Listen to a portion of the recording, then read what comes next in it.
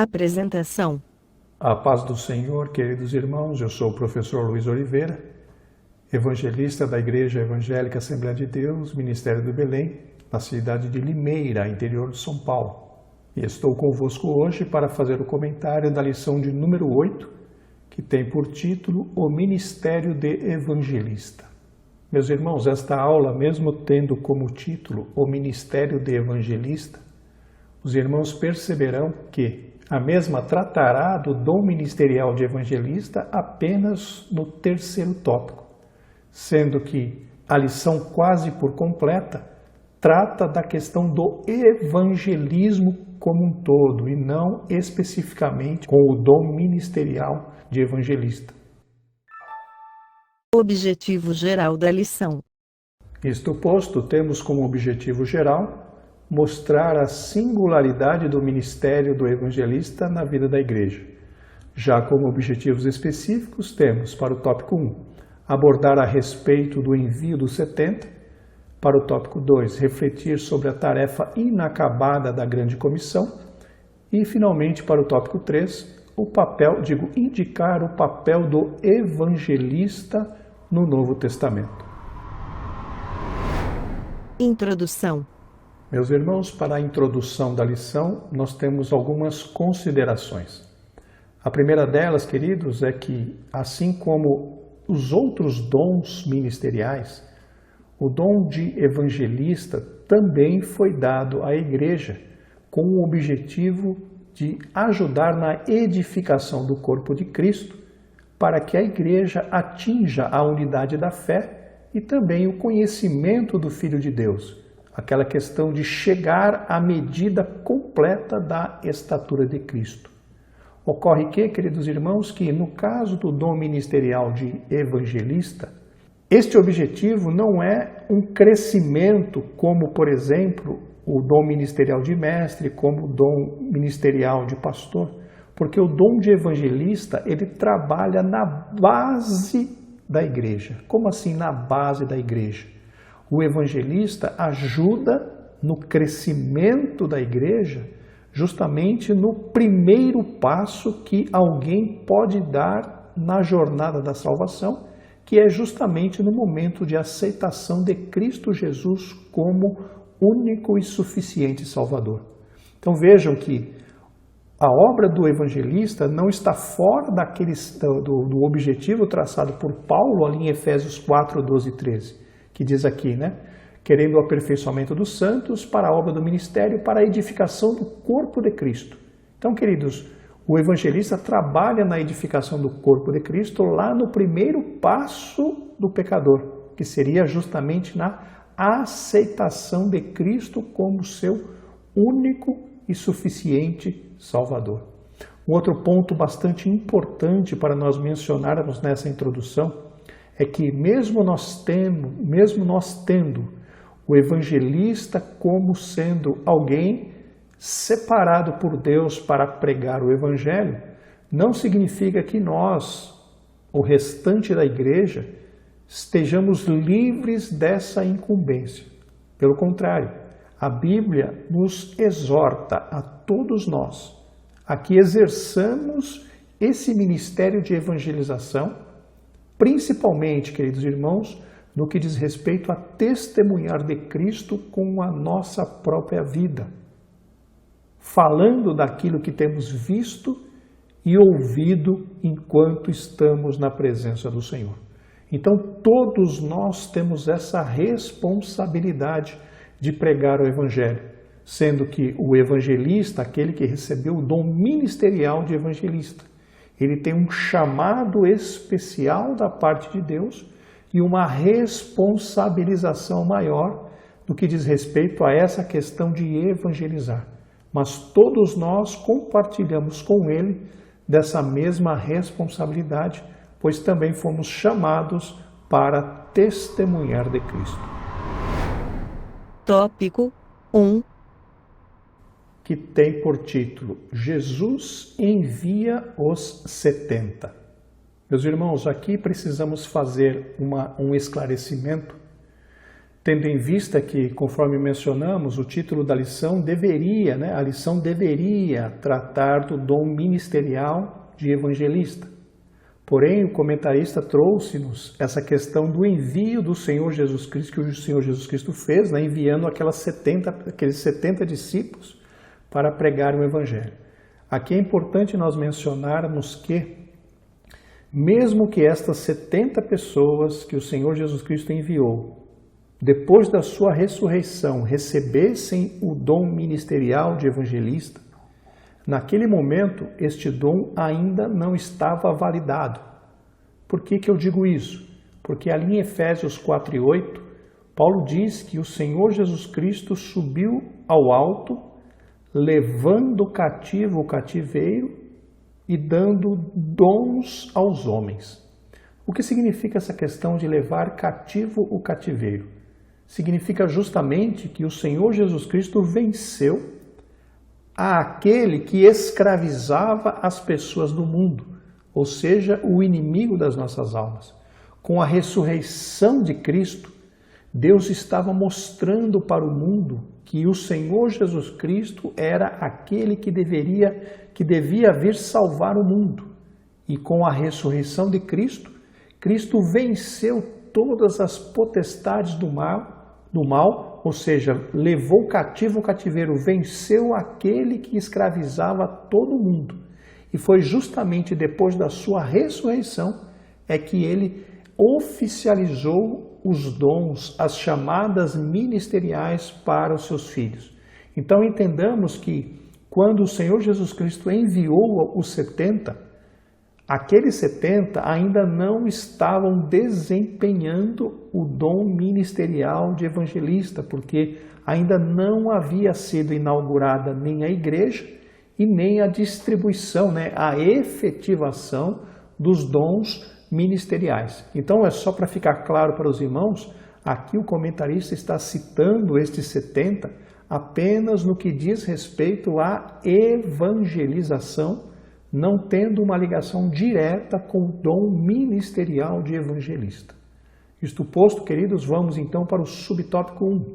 São poucos os que anunciam. Então, queridos, aqui o comentarista menciona, que grande é a seara, mas os obreiros são poucos. Ocorre que, meus queridos irmãos, naquele momento, quando o Senhor Jesus Cristo desempenhava o seu ministério aqui na terra, poucas pessoas estavam interessadas nesse tipo de ministério. Até porque, queridos irmãos, quem desempenhava essa questão de levantar prosélitos, vamos dizer assim, o que seriam os prosélitos? Seriam os estrangeiros convertidos ao judaísmo. Quem fazia isso eram os fariseus. Essa questão de evangelizar que o Senhor Jesus Cristo estava implementando ali no seu ministério era algo novo para as pessoas que o rodeavam, era algo novo para os discípulos que estavam próximos a ele. E por isso que ele disse que grande era a seara, mas os obreiros eram poucos, porque poucas pessoas haviam sido despertadas para essa questão. Nós encontramos, por exemplo, na Bíblia, João Batista. João Batista foi chamado por Deus para realizar uma grande obra, justamente a obra de anteceder a Cristo, de preparar o coração das pessoas para receberem a Cristo. Mas naquela questão da evangelização, poucas pessoas estavam preocupadas e até instruídas a aquele respeito. Por isso, então, que o Senhor Jesus Cristo disse que a seara era muito grande, mas os obreiros eram poucos. Porque justamente foi com Cristo Jesus que as pessoas foram instruídas a respeito da necessidade de se anunciar as boas novas de salvação para aqueles que se encontravam perdidos. Cristo foi, então, o precursor da questão da evangelização. Inclusive, o comentarista nos diz, se eu não me engano, na leitura bíblica diária, que o Senhor Jesus Cristo foi o principal evangelista, o exemplo na questão do evangelismo. Até porque ele mesmo disse que para isso que ele veio no mundo, para fazer a obra de Deus, para anunciar a salvação. Glórias ao nome do Senhor. Um outro ponto a ser mencionado ainda no subtópico 1 é a questão do que o comentarista coloca, que os discípulos não podem proclamar a si mesmo ou uma mensagem própria. Na verdade, queridos irmãos, Paulo é o exemplo perfeito para que todos aqueles que querem pregar o Evangelho sigam. Ali em 1 Coríntios, capítulo 2, versículos 1 e 2, na Almeida Revista e Corrigida, Paulo nos diz: "E eu, irmãos, quando fui ter convosco, anunciando-vos o testemunho de Deus, não fui com sublimidade de palavras ou de sabedoria, porque nada me propus saber entre vós, senão a Jesus Cristo e este crucificado." Percebam então, meus irmãos, que na mensagem de Paulo, Cristo ocupava o centro desta mensagem. Paulo tinha uma mensagem cristocêntrica que anunciava a Cristo e, como ele disse, Cristo crucificado. E todos aqueles que querem se dedicar, que têm a chamada de Deus para se dedicar à evangelização, têm que ter em mente exatamente isto. A nossa mensagem precisa ser Cristo. É a Cristo que nós precisamos pregar. É a Cristo que nós precisamos anunciar. É a salvação nele, é a redenção nele, é a obra que ele fez na cruz do Calvário, que nós temos que anunciar para aqueles que estão caminhando a passos largos para a condenação. Um outro ponto que o comentarista menciona aqui é a respeito de que os obreiros, segundo o coração do Senhor, são poucos. Queridos, existe uma situação bastante interessante nessa questão, é que muitos não têm consciência do seu chamado ministerial. A Bíblia nos fala, que nos dá a entender que nós é quem precisamos buscar em Deus o conhecimento a respeito de qual chamado nós recebemos dele. Não é o Senhor que vai nos indicar, que vai nos dizer, que vai nos procurar para nos dizer qual é o nosso dom ministerial ou qual é o nosso dom de serviço. Essa é uma responsabilidade nossa. Nós é quem precisamos buscar ao Senhor para recebermos essa revelação. Então, quando o comentarista menciona que poucos são os obreiros segundo o coração do Nazareno, isso nada mais é do que uma ignorância por parte daqueles que receberam esse ministério do Senhor, mas infelizmente não sabem disso. Então, uma das maiores ações ou uma das maiores prioridades que nós devemos ter na nossa vida é justamente buscar ao Senhor para receber a revelação a respeito de qual dom ministerial ou qual dom de serviço nós recebemos da parte do Senhor. O subtópico 2 do tópico 1 nos diz: enviados para o meio de lobos.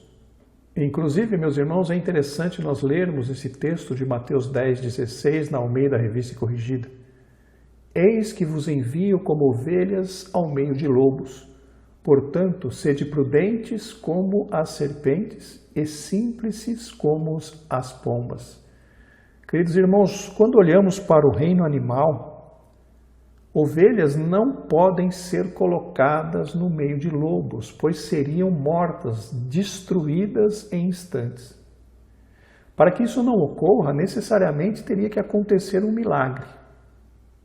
E no meu entendimento, quando o Senhor Jesus Cristo disse que aqueles que estão evangelizando, estão sendo enviados como ovelhas para o meio de lobos, isso significa tão somente que estas pessoas enviadas precisam contar com um milagre da parte de Deus. Porque, conforme eu mencionei, ovelhas no meio de lobos seriam destruídas, destroçadas, comidas por esses lobos imediatamente. E para que isso não aconteça, elas dependem de um milagre. E acontece a mesma coisa com aqueles que se propõem a pregar a palavra de Deus. Por quê? Porque Paulo disse que a nossa luta não é contra carne e sangue. A nossa luta é contra as hostes espirituais da maldade, ou seja, a nossa luta é espiritual. E aquele que sai, que se propõe a pregar o evangelho com as suas próprias forças, normalmente, meus irmãos, não consegue resultados.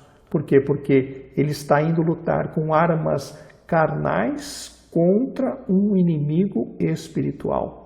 Daí, a minha defesa sobre este ponto é a seguinte: todos aqueles que se propõem a pregar o evangelho precisam realmente ser enviados pelo Senhor. Porque quando o Senhor envia, é o Senhor quem se responsabiliza pelo sucesso da missão dada. Não estou dizendo com isso que para a evangelização local necessite que a pessoa seja enviada, a pessoa fique esperando para ser enviada por Cristo. Não. Para a evangelização local, onde nós moramos, onde nós trabalhamos, onde nós estudamos, não há essa necessidade, porque ali basicamente nós vamos testemunhar aquilo que estamos vivendo junto com o Senhor, junto ao Senhor. O problema é quando a pessoa, por exemplo, sai do seu país, sai do seu estado e vai para um outro lugar estranho, mesmo que seja dentro do seu próprio país, sem que o Senhor tenha mandado, sem que o Senhor tenha chamado para essa obra. Aí, queridos irmãos, é justamente o que acontece. Ovelhas sendo devoradas por lobos. Alguém que se propõe a sair do seu lugar para trabalhar na obra do Senhor, na evangelização, precisa necessariamente ser enviado pelo próprio Senhor, para que este trabalho surta efeito, para que ele tenha sucesso. E nunca a pessoa tome essa iniciativa por vontade própria, fazendo até sem receber esse chamado do Senhor. Porque, como disse ali em Mateus 10,16, são ovelhas no meio de lobos. Já o subtópico 3 do tópico 1 nos diz: os sinais e as maravilhas confirmam a palavra. Meus irmãos, quando os 70 discípulos foram enviados para anunciar a palavra, eles receberam do Senhor Jesus Cristo o poder para realizar sinais, para curar, para ressuscitar, para expulsar demônios. E isso nos diz, mais uma vez, que a confirmação da pregação do Evangelho precisa ser os sinais.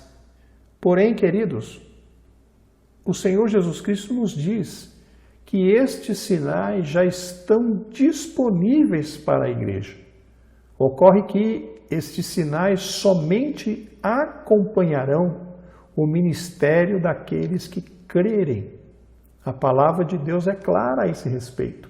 Marcos 16, versículos 17 e 18, desculpem, na Almeida Revista e Corrigida nos diz: estes sinais seguirão aos que crerem. Em meu nome expulsarão demônios, falarão novas línguas, pegarão nas serpentes, e se beberem alguma coisa mortífera, não lhes fará dano algum, e imporão as mãos sobre os enfermos e os curarão. Então vejam, queridos, que o poder para a manifestação dos sinais já está disponível para a igreja. Porém, a chave que abre esta porta é justamente a nossa fé. Aqueles que crerem, aqueles que buscarem, terão nos seus ministérios a manifestação do poder de Deus.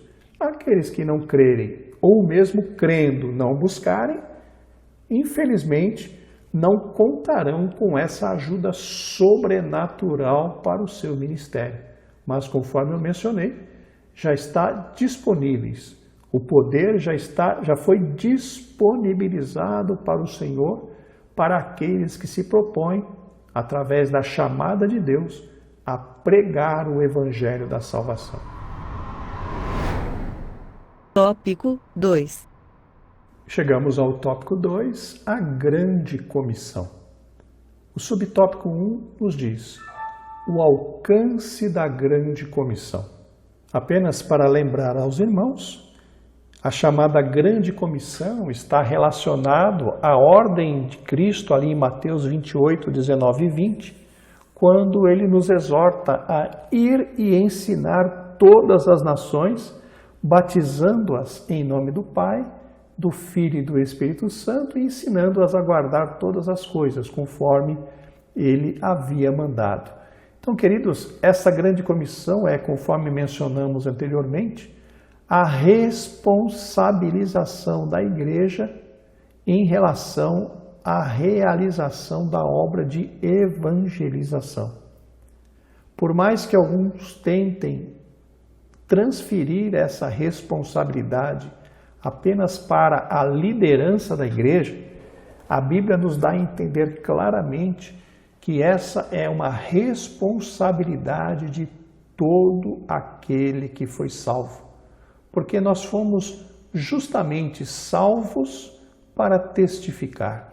Nós fomos salvos para anunciar as virtudes daquele que nos chamou das trevas para a sua maravilhosa luz.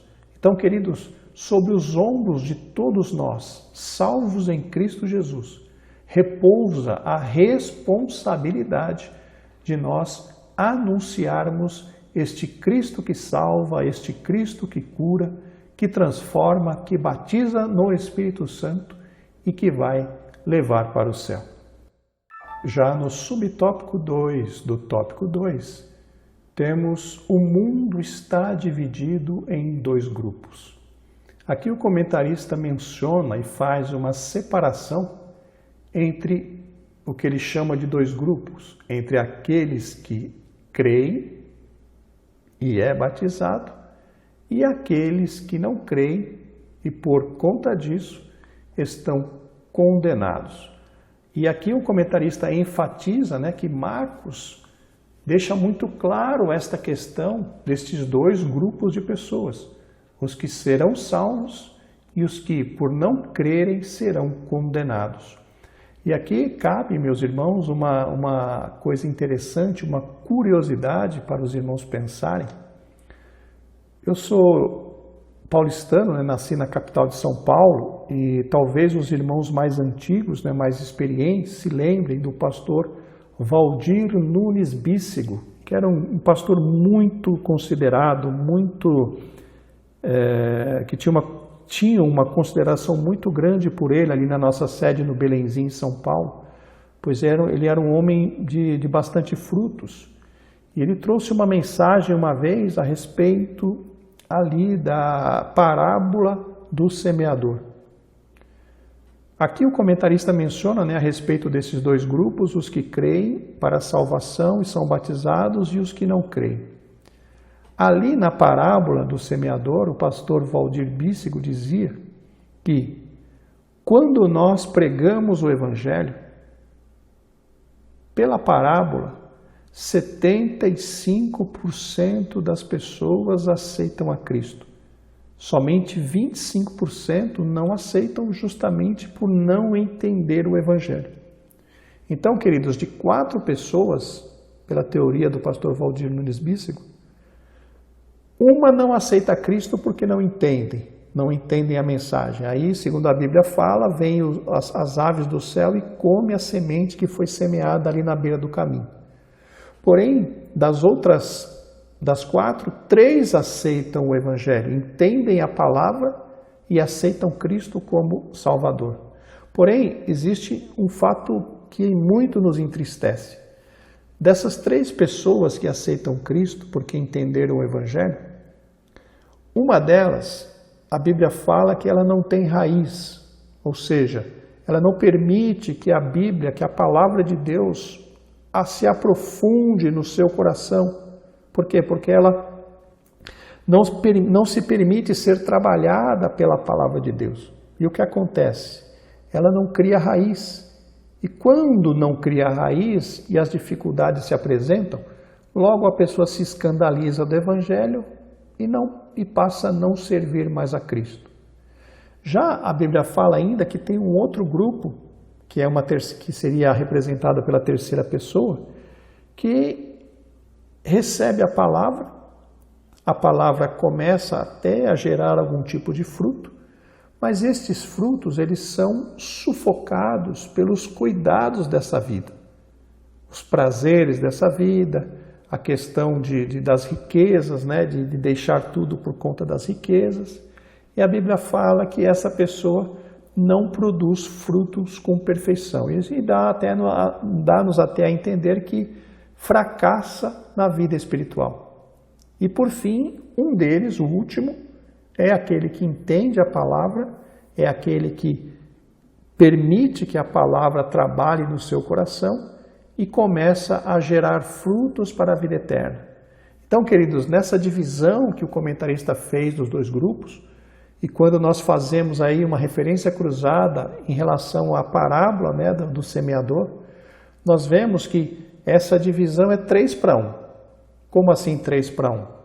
Primeira coisa, dos quatro que ouvem, apenas um não aceita imediatamente.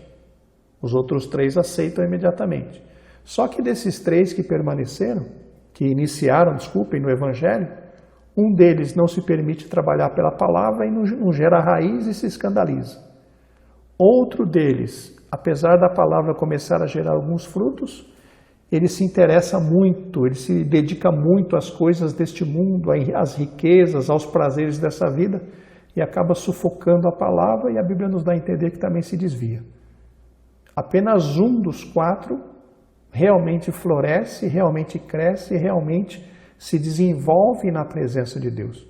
Então, queridos, o que eu quero dizer é que apenas 25% das pessoas que ouvem o Evangelho, pela Bíblia Sagrada, são aquelas que aceitam e realmente permanecem firmes. Porém, meus irmãos, se nós formos aplicar à população do mundo, nós veremos que nem 25% do povo do mundo é cristão realmente salvo. Isso significa que nós temos muito o que fazer na questão da evangelização. Temos muito ainda o que fazer, porque nós não alcançamos essas pessoas. Nós não alcançamos nem os 25% que seria o percentual defendido pela parábola do semeador. Isso então nos mostra, mais uma vez repetindo, que estamos muito longe ainda daquilo que o Senhor planejou para a igreja hoje. Um outro ponto também a ser mencionado é que Deus é o maior interessado na salvação de todas as pessoas. Aqui neste subtópico, o comentarista disse, né, que os evangelhos não se preocupam com nacionalidade, raça, sexo ou condição socioeconômica do homem. Ou seja, o comentarista menciona que todas essas pessoas são consideradas por Deus da mesma forma. Só que, conforme eu mencionei, o Senhor é o maior interessado em que essas pessoas sejam salvas. Leiamos o que está ali em 1 Timóteo, capítulo 2, versículos 3 e 4, na Nova Versão Internacional. Isso é bom e agradável perante Deus, nosso Salvador, que deseja que todos os homens sejam salvos e cheguem ao conhecimento da verdade. Notem então, queridos irmãos, que Deus deseja que todos os homens sejam salvos. Só que a decisão é particular, a decisão é pessoal. Deus não nos obriga a sermos salvos. Deus não nos obriga a seguir a Ele. Tudo que nós fazemos precisa ser por vontade própria. Mas isso não nega ou não faz com que Deus negue o seu desejo de que todos os homens sejam salvos. Subtópico 3 do tópico 1 nos diz a grande comissão hoje. Aqui, queridos irmãos, o comentarista traz um valor, um percentual, quando ele diz, né, apenas 33% da população mundial é composta por cristãos das várias confissões de fé. Na realidade, meus irmãos, os protestantes, que deveriam ser considerados, né, porque não é porque por ser cristão que é salvo, porque nós temos aí uma grande religião aí que se intitula cristã, mas nós sabemos que não é exatamente aquele cristianismo bíblico que nós defendemos.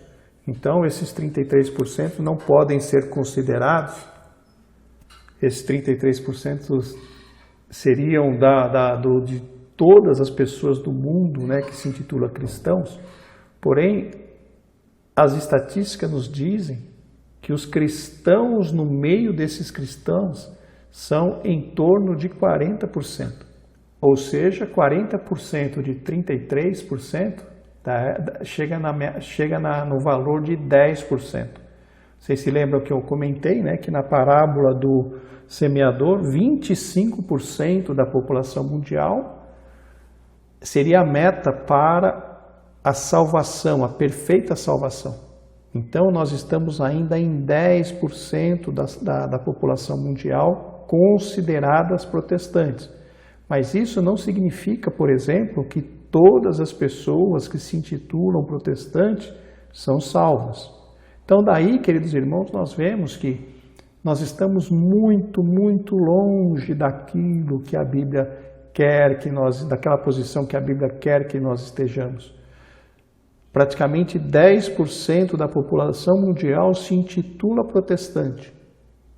Se fossem todos esses 10% salvos, que não acredito, porque com certeza existe aí aqueles que foram lançados nas pedras, existe aí aqueles que foram lançados, cuja semente foi lançada no meio dos espinhos. Então, se fossem 10%, se todos esses 10% fossem salvos, nós ainda estaríamos com um débito de 25% da população mundial para serem alcançadas pela salvação em Cristo Jesus. Então, queridos, vejam o quanto nós estamos longe daquilo que Deus planejou para nós. E aqui o comentarista ainda cita a respeito da questão da Europa. Várias igrejas fechadas, vários templos que viraram mesquitas, restaurantes, bibliotecas e até casas de shows.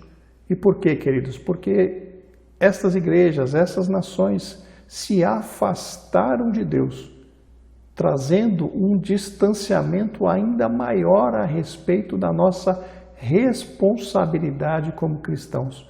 Vejam então, queridos, que nós não estamos fazendo a nossa parte e ainda estamos perdendo aquilo que nós já havíamos conquistado lá atrás. Então, queridos, temos muito ainda o que fazer em relação à evangelização, que é responsabilidade de cada um de nós. Tópico 3. Chegamos ao tópico 3, que diz o dom ministerial de evangelista. Subtópico 1, o conceito de evangelista. Aqui na lição, queridos, neste subtópico, o comentarista traz-nos uma definição que não deixa dúvida. Evangelista refere-se àquele que é chamado para pregar o evangelho. Realmente não há dúvidas nessa definição a respeito do porquê o dom de evangelista foi implementado. Porém, é necessário que nós entendamos algumas coisas a respeito deste dom. Em primeiro lugar, o dom é a vocação para a realização de um trabalho. Isso não significa que porque alguém recebeu de Deus essa vocação, esse dom, esse chamado, essa pessoa não precise fazer mais nada. Como todo dom, o ministério do evangelista precisa ser desenvolvido na vida daquele que recebeu esse chamado. Ali em 1 Timóteo 4:14, na Nova Versão Internacional, Paulo nos diz: não descuide do dom que recebeu por meio de profecia, quando os presbíteros impuseram as mãos sobre você. Então vejam, queridos, que Paulo está exortando a Timóteo a não descuidar do dom que ele havia recebido de Deus. E isso nos mostra claramente que todos nós que temos algum dom, algum chamado de Deus para a realização de uma obra para o Senhor, não podemos também descuidar deste dom. E o que seria descuidar? Seria tratar com desprezo, tratar como se fosse algo sem valor. Devemos nos lembrar que na parábola das minas ou na parábola dos talentos, o que o Senhor ali daquela propriedade distribuiu para os seus servos foram coisas valiosíssimas. E os dons que Deus coloca nas nossas mãos também são coisas valiosíssimas sobre as quais nós teremos que dar conta.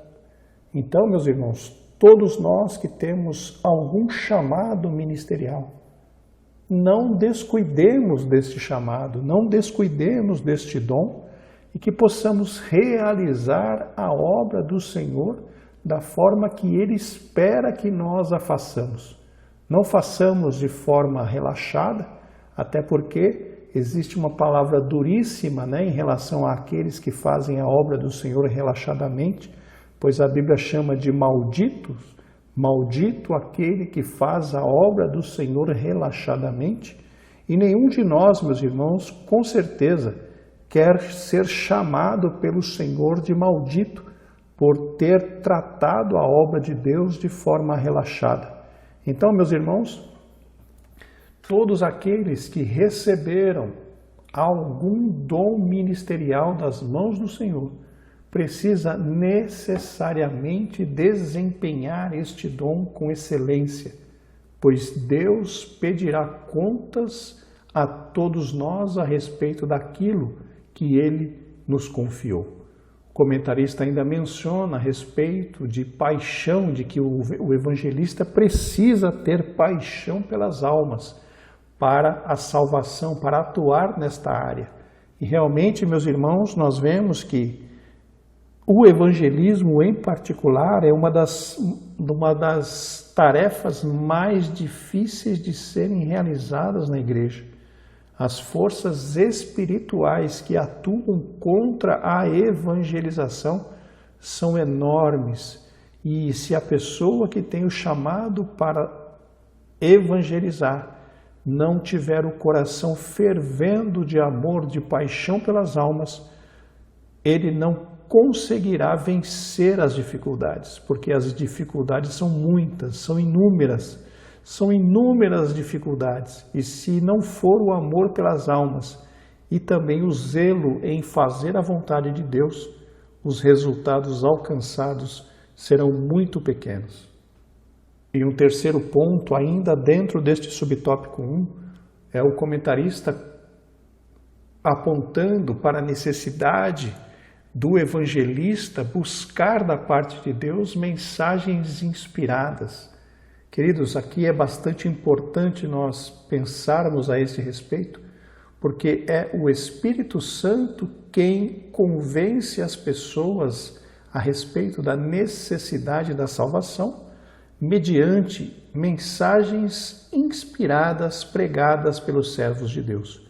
Então, meus queridos irmãos, daí vem a importância de que todo aquele que se propõe a pregar a palavra de Deus, principalmente na questão da evangelização, busque de Deus uma palavra inspirada, uma palavra que venha realmente do coração de Deus para entregar para estas pessoas. Porque quando alguém prega uma palavra inspirada pelo Espírito Santo, a unção recebida através dessa inspiração faz com que o Espírito Santo haja na vida das pessoas, dos ouvintes, levando convencimento tanto do pecado, quanto da justiça, quanto do juízo. Então, meus queridos irmãos, os frutos são abundantes na vida do evangelista quando ele prega mensagens inspiradas por Deus, mensagens que vêm diretamente do coração de Deus, porque aí as portas para a operação do Consolador estão abertas, porque ele prega com unção, ele prega com inspiração, ele prega na direção do Espírito Santo e a obra do Senhor pode ser completada na vida dos ouvintes. Já para o subtópico 2 do tópico 3, temos o papel do evangelista. O comentarista menciona que O evangelista é, por excelência, o pregador das boas novas da salvação. Conforme o próprio comentarista definiu mais acima, anteriormente, o evangelista é aquela pessoa credenciada, chamada para pregar o evangelho aos perdidos. E um outro ponto que o comentarista menciona é que, através da mensagem, vidas são alcançadas e conduzidas a Deus. Aqui, conforme eu mencionei no subtópico anterior, quando a pessoa prega uma mensagem inspirada pelo Espírito Santo, as portas se abrem, a unção que desce sobre a vida daquele que prega inspirado pelo Espírito Santo faz com que as vidas sejam tocadas por essa mensagem, justamente pelo convencimento, pela ação do Espírito Santo na vida dessas pessoas através da mensagem pregada. Então aí as vidas realmente são alcançadas e conduzidas a Deus através da ação do Espírito Santo. Mas um ponto interessante que o comentarista mencionou neste subtópico é que o evangelista torna-se um plantador de igrejas. Aqui, meus irmãos, nós vemos que, na realidade, esta é a maior e mais importante função do evangelista, plantar igrejas. Inclusive, nós temos um exemplo muito claro disso ali em Atos, no capítulo 8, que trata da história de Filipe. Filipe, se os irmãos se lembram bem, com certeza se lembram, ele foi separado para o trabalho do diaconato ali em Atos capítulo 6. Atos capítulo 8 começa contando o episódio de que o povo de Deus ali de Jerusalém, começou a ser perseguido depois da morte de Estevão. Então o povo se viu obrigado a sair, o povo salvo, a igreja, os cristãos em Cristo Jesus ali de Jerusalém foram obrigados a sair de Jerusalém por conta da grande perseguição que se levantou contra os crentes do caminho. Então esses crentes que saíram ali de Jerusalém começaram a sair dispersos por todas as cidades e chegaram a Samaria e chegaram a outras cidades. E a Bíblia nos diz que Filipe começou a pregar ali em Samaria e a graça de Deus começou a se manifestar na vida dele, de forma que muitos sinais e maravilhas se eram realizados através das mãos de Filipe. E isso fez com que muitas pessoas aceitassem a Cristo em Samaria.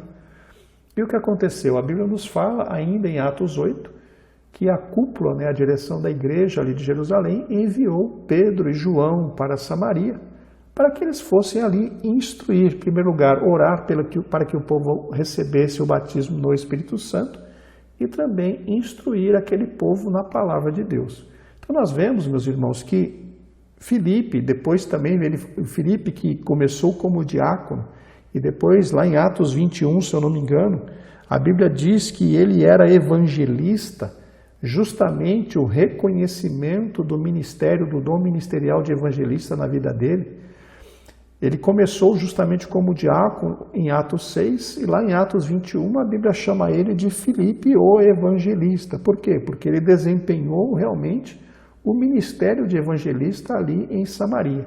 Então vejam, retornando aqui ao nosso pensamento, Filipe chegou a Samaria, começou a pregar, almas se converteram, a direção da igreja de Jerusalém mandou Pedro e João para lá, para orar para que aquele povo recebesse o batismo no Espírito Santo e também para que fossem instruídos na palavra.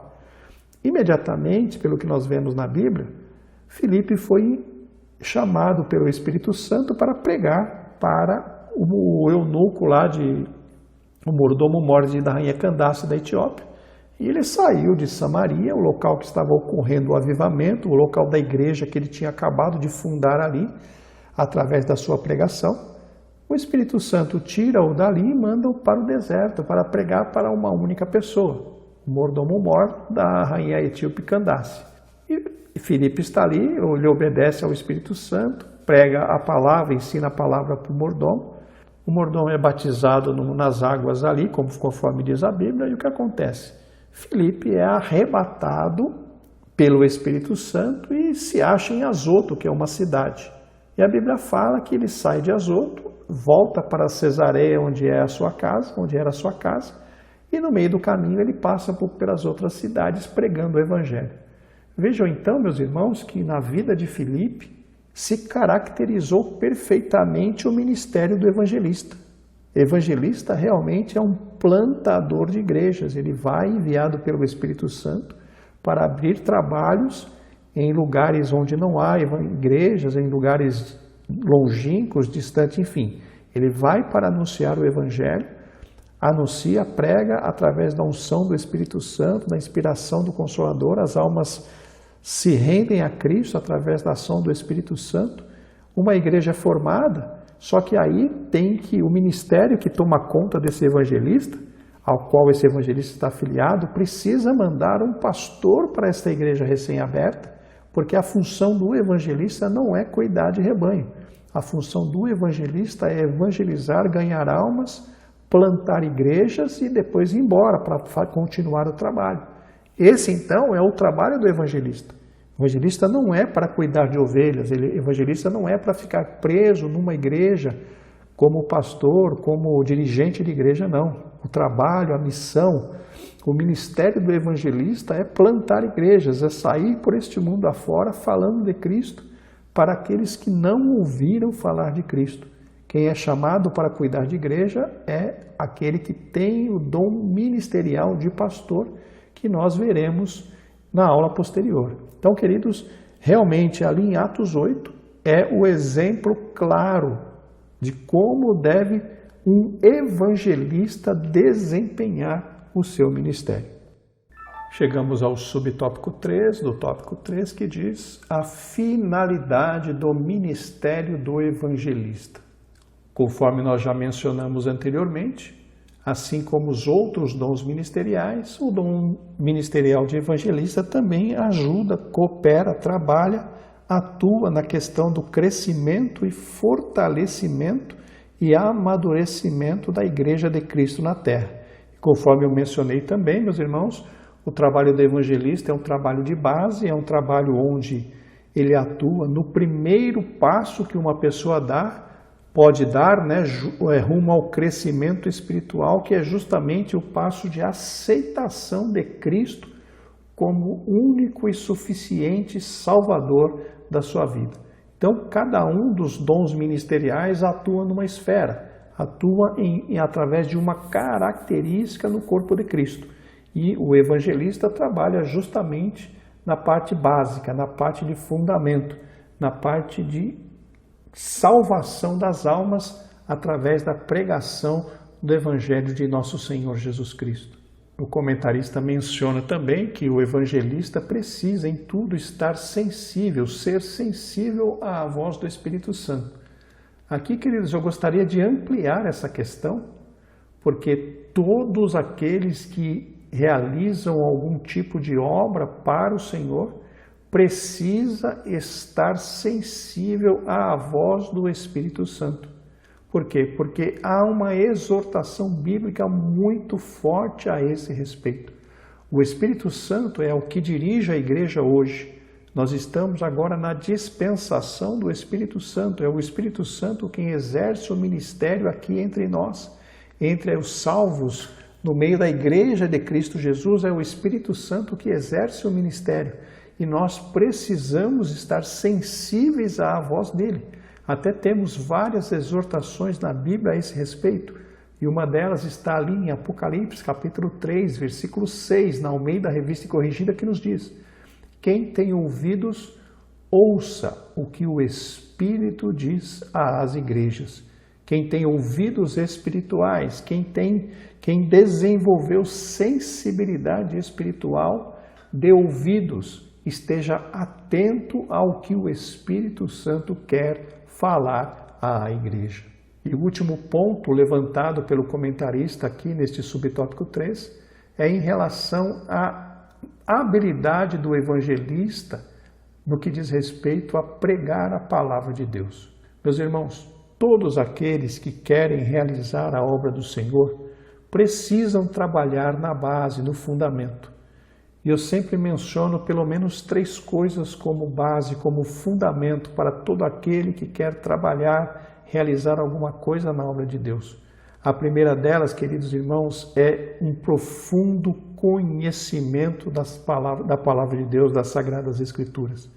Um profundo conhecimento. E isso, queridos irmãos, depende tão somente de nós.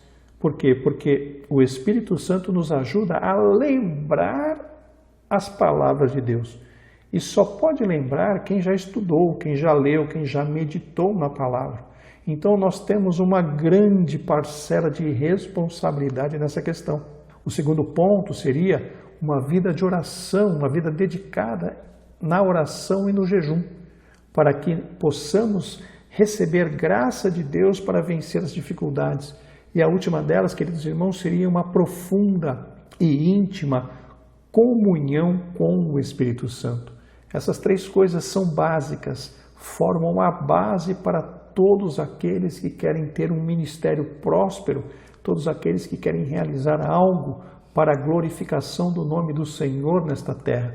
E aqui então o comentarista menciona a respeito da habilidade do evangelista em pregar a palavra de Deus. Meus queridos irmãos, nós precisamos voltar à palavra, nós precisamos voltar a estudar, a praticar, a trabalhar na palavra de Deus para que esta palavra transforme as nossas vidas. Muitas pessoas lendo livros e livros a respeito da Bíblia e não gastam tempo lendo a própria Bíblia. Meus irmãos, precisamos viver dentro da Bíblia. Ler outros livros, sim, são importantes, outros livros são importantes, mas nenhum livro pode superar em importância nas nossas vidas em relação à Bíblia Sagrada. A Bíblia Sagrada precisa ser o livro mais importante na vida do cristão. Nós precisamos ler a Bíblia toda, uma leitura sequencial, uma leitura todos os dias. No mínimo, uma vez por ano a Bíblia toda. Muitas pessoas acham e defendem que não precisa fazer a leitura sequencial, que basta estudar a Bíblia, pegar livros diversos para estudar a Bíblia. Meus irmãos, eu tenho, por misericórdia de Deus, experiência na leitura sequencial. Nada substitui a leitura sequencial da Bíblia. Tudo bem, não é que nós não devamos estudar livros separados. Não, devemos também estudar livros separados.